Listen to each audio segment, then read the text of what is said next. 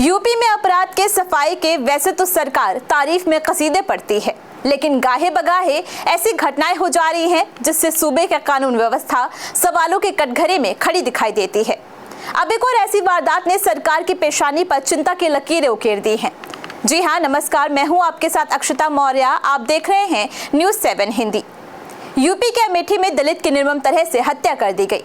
इस घटना ने एक बार फिर से विपक्ष को सरकार को घेरने का मौका दे दिया। यूपी में एक और दलित की हत्या, प्रयागराज के बाद अमेठी में वारदात।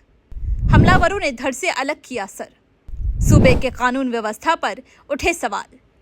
जिस राज्य की बागडोर कायदे प्लस कानून के सख्त हिमायती माने जाने वाले शासक के हाथ में हो, उस राज्य में लगातार अगर हत्याएं होने लगेंगी तो सवाल तो उठेंगे। प्रयागराज में दलित की हुई निर्मम हत्या का मामला अभी थमा नहीं था कि अमेठी में एक दलित युवक का गला काटकर हत्या कर दी गई। हमलावर ने बाके से इतनी तेज हमला किया कि सिर धड़ से अलग हो गया।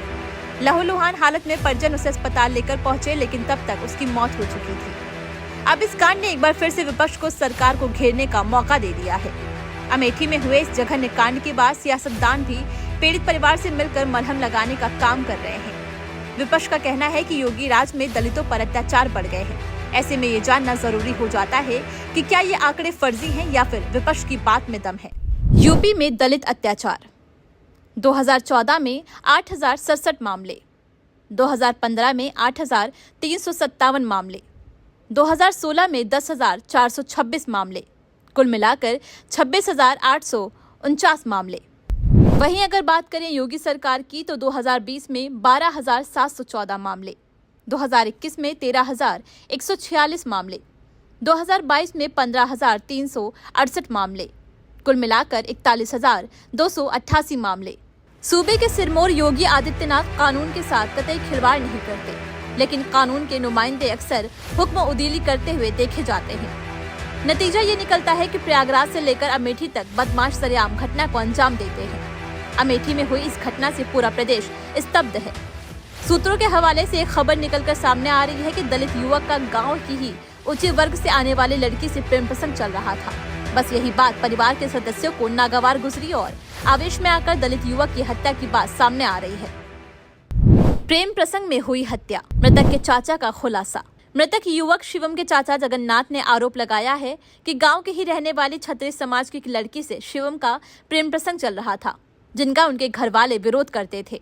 इसके पहले वो लोग शिवम को जेल भी भिजवा चुके थे। जिसकी रंजिश उनसे थी, उन्हें लोगों ने आज शिवम की निर्मम तरीके से धारदार हथियार से काटकर हत्या कर दी है।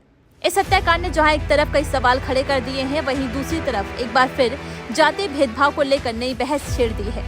ऐसे में ये सवाल उठने लगे हैं कि क्या देश में सबसे ज्यादा अत्याचार दलितों पर यूपी में ही हो रहे हैं।